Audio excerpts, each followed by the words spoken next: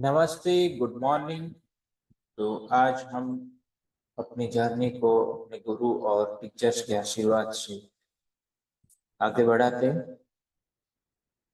अब तक हमने काफी कुछ बातें समझी और ये हमें ये बिलीफ हो गई कि होम्योपैथी ही एक ऐसी मोड ऑफ ट्रीटमेंट है जो लॉन्ग स्टैंडिंग बीमारियों को क्योर कर सकते हैं, परमानेंटली एक्सटिंग्विश कर सकती है।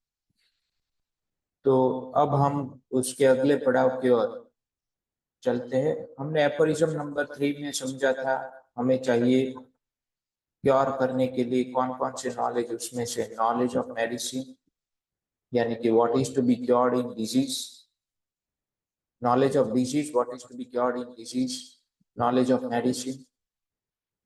तो अब हम उसकी अगले चरण की ओर हम आगे बढ़ रहे हैं। नॉलेज ऑफ डिजीज हमने लिया कि कौन कौन से डिजीज होते हैं, उसकी कैसे कैसी ट्रीटमेंट होती है, जनरल हमने इंफॉर्मेशन ली। उसमें से हम ये कंफर्म हो गए कि homeopathy is the best mode of treatment for only possible mode of treatment for treating chronic diseases. तो अब हम आगे बढ़ते हैं aphorism number 71। As it is now no longer a matter of doubt that the diseases of mankind consist merely of groups of certain symptoms and may be annihilated and transformed into health by medicinal substances, but only by such as are capable of artificially producing similar morbid symptoms. And such is the process in all genuine cures. Hence, the operation of curing is comprised in the three following points. तो अब इसमें कोई भी doubt रहा नहीं, अब कोई doubt रहा नहीं कि जो भी ह्यूमन काइंड की, मैन काइंड की जो बीमारियां है उसमें सिर्फ सर्टेन ग्रुप ऑफ सिम्टम्स होते हैं और उसको उसी ग्रुप ऑफ सिम्टम प्रोड्यूस करने वाली दवाई से उसको एनिहिलेट किया जा सकता है, संपूर्ण तरीके से उसको नेस्त नाबूद किया जा सकता है और हेल्थ में ट्रांसफॉर्मेशन कर सकते हैं। लेकिन ऐसी दवाई जो ऐसे सिम्टम, सिमिलर सिम्टम प्रोड्यूस करने की ताकत रखता हो आर्टिफिशियल, और ऐसी प्रोसेस जेन्युइन क्योर्स में भी होती है। तो ये इस प्रोसेस को ऑपरेशन करने के लिए, इस प्रोसेस होने के लिए 3 पॉइंट जरूरी है, जिसको हम अभी ऑर्गेनोन के नेक्स्ट पार्ट में हम इस तीनों पॉइंट को समझेंगे। सबसे पहला है how is the physician to ascertain what is necessary to be known in order to cure the disease?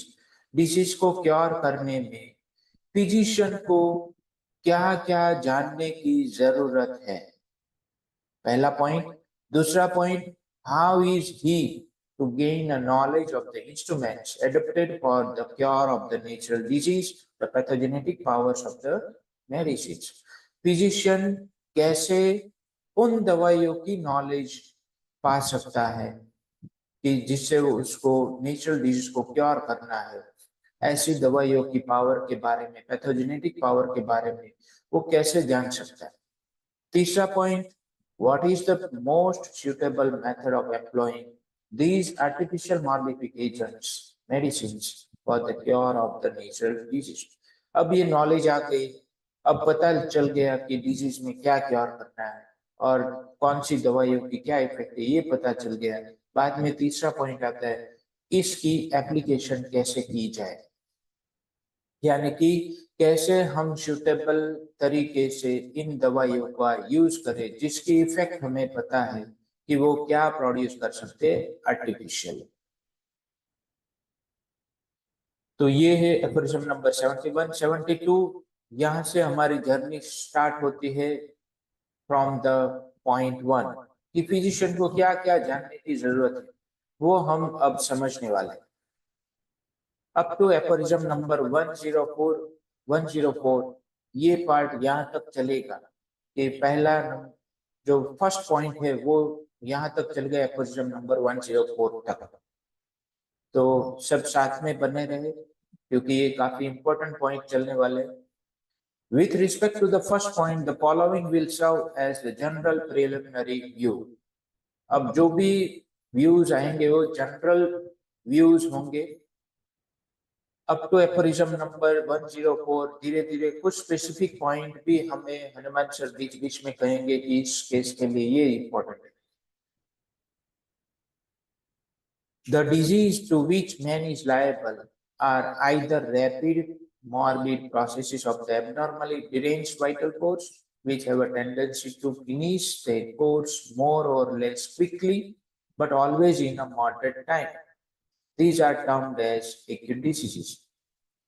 तो मनुष्य जिन बीमारियों से पीड़ित होता है, लायबल है, उन बीमारियों में आइदर वो रैपिड प्रोसेस की होगी जो वाइटल फोर्स को मॉर्बिडली डिरेंज करता है, जो तुरंत अपना कोर्स खत्म करता है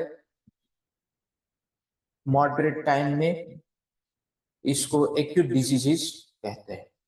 और they are diseases of such a character that with small, often imperceptible beginnings, dynamically derange the living organism, each in its own peculiar manner, and cause it gradually to deviate from the healthy condition.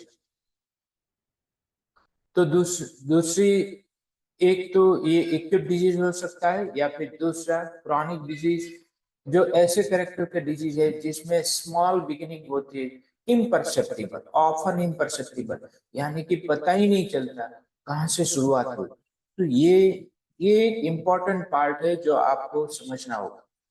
Dynamically derange the living organism, living organism को dynamically यानी spiritual manner में पहले derange करता है, each in its own peculiar manner, अपने peculiar manner में उसको derange करता है। वहां पर आपको समझना हो तो आप यहाँ पर जीएनएम को अप्लाई कर सकते हैं, जैसे कि सेपरेशन कॉन्फ्लिक्ट अगर हुआ डायनामिकली, ये डायनामिक मैटर है, स्पिरिचुअल पार्ट डिजीज का, कि जैसे ही लाइफ में हम किसी से सेपरेट होते हैं या फिर सेपरेट होना चाहते हैं और नहीं हो सकते, इन दोनों चीज में सेपरेशन कॉन्फ्लिक्ट होता है। तो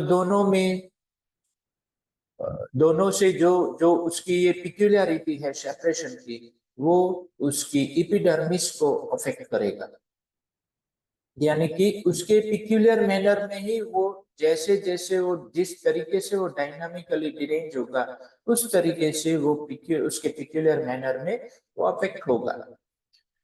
जैसे कि अगर कोई कॉन्स्टिट्यूशन सेपरेशन से सेंसिटिव है, ससेप्टिबल है सेपरेशन वाली घटनाओं से, तो कोई भी घटना हो वहां से वो सेपरेशन ही फील करता होगा। और कोई कोई ऐसी दवाई है, ऐसा कॉन्स्टिट्यूशन है जो जो उसकी डिवैल्यूएशन से अफेक्ट होता है या ससेप्टिबल है, सेंसिटिव है, तो हर एक घटना में अगर अगर कोई उसका नजदीकी मर जाए, डेथ हो जाए, तो वहां सेपरेशन की जगह वो डिवैल्यूएशन फील करेगा कि अब ये नहीं है तो मेरी वैल्यू कम हो जाएगी। तो बंदा अपने पिक्यूलियर मैनर में ही उसके हर एक घटना की, लाइफ के हर एक घटना को अपने तरीके से उसको देखता है, परसीव करता है। तो उसी तरीके की बात कर रहे हैं हनुमान सर कि इम्परसेप्टिबल बिगिनिंग है, डायनामिकली डिरेंजमेंट है, और each in its own peculiar manner, हर एक जो डिरेंजमेंट है वो अपनी अपनी पिक्यूलियर मैनर में होती है, and cause it gradually deviate from healthy condition, healthy condition से उसको धीरे धीरे डेविएट करते जा रहा है, इन सच अ वे, इस तरीके से, that the automatic life energy cold vital force, automatic जो लाइफ एनर्जी है जिसको हम वाइटल फोर्स कहते हैं, whose office is to preserve the health, जिसके ऑफिस हेल्थ को प्रिजर्व करना है, only opposes to them at the commencement and during their progress imperfect, unsuitable, useless resistance. Vital force जिसका काम है हेल्थ को प्रिजर्व करना, ये अब शुरू में इसको अपोज करेगा, डिफेंस करेगा, सेंसिटिव हो जाएगा, फिर डिफेंडिंग हो जाएगा, डिफेंडेड हो जाएगा, लेकिन जैसे जैसे एंड ड्यूरिंग देयर प्रोग्रेस, जैसे ये डिजीज प्रोग्रेस करेगा, डिरेंज डायनामिकली डिरेंजमेंट यानी कि जो फॉल्स परसेप्शन आ गई, जैसे जैसे वो बढ़ेगी वो इम्परफेक्ट हो जाएगा, वाइटल फोर्स उसको डिफेंस करने में अनसुटेबल हो जाएगा, यूजलेस रेजिस्टेंस हो जाएगा, जिससे अब धीरे धीरे डिजीज क्रिएट होना चालू हो जाएगा, but is unable to itself to extinguish, unable of itself to extinguish, लेकिन वो अपने आप में ही उसको खत्म नहीं कर सकता, उसको बाहर नहीं निकाल सकता, बट मस्ट हेल्पलेसली सफर, लेकिन ये ये एक हेल्पलेस तरीके से, यानी कि वो ऐसा हम कह सकते हैं कि एक पैरालाइज्ड हो गया और सफर करेगा, बस उसको सफर होना है, them to spread and itself to be ever more and more abnormally deranged, फिर बाद में वो और स्प्रेड होगा और ज्यादा से ज्यादा एबनॉर्मल तरीके से, असामान्य रूप से वो डिरेंज होता जाएगा, until at length the organism is destroyed, कब तक, जब तक ऑर्गेनिज्म डिस्ट्रॉय ना हो जाए।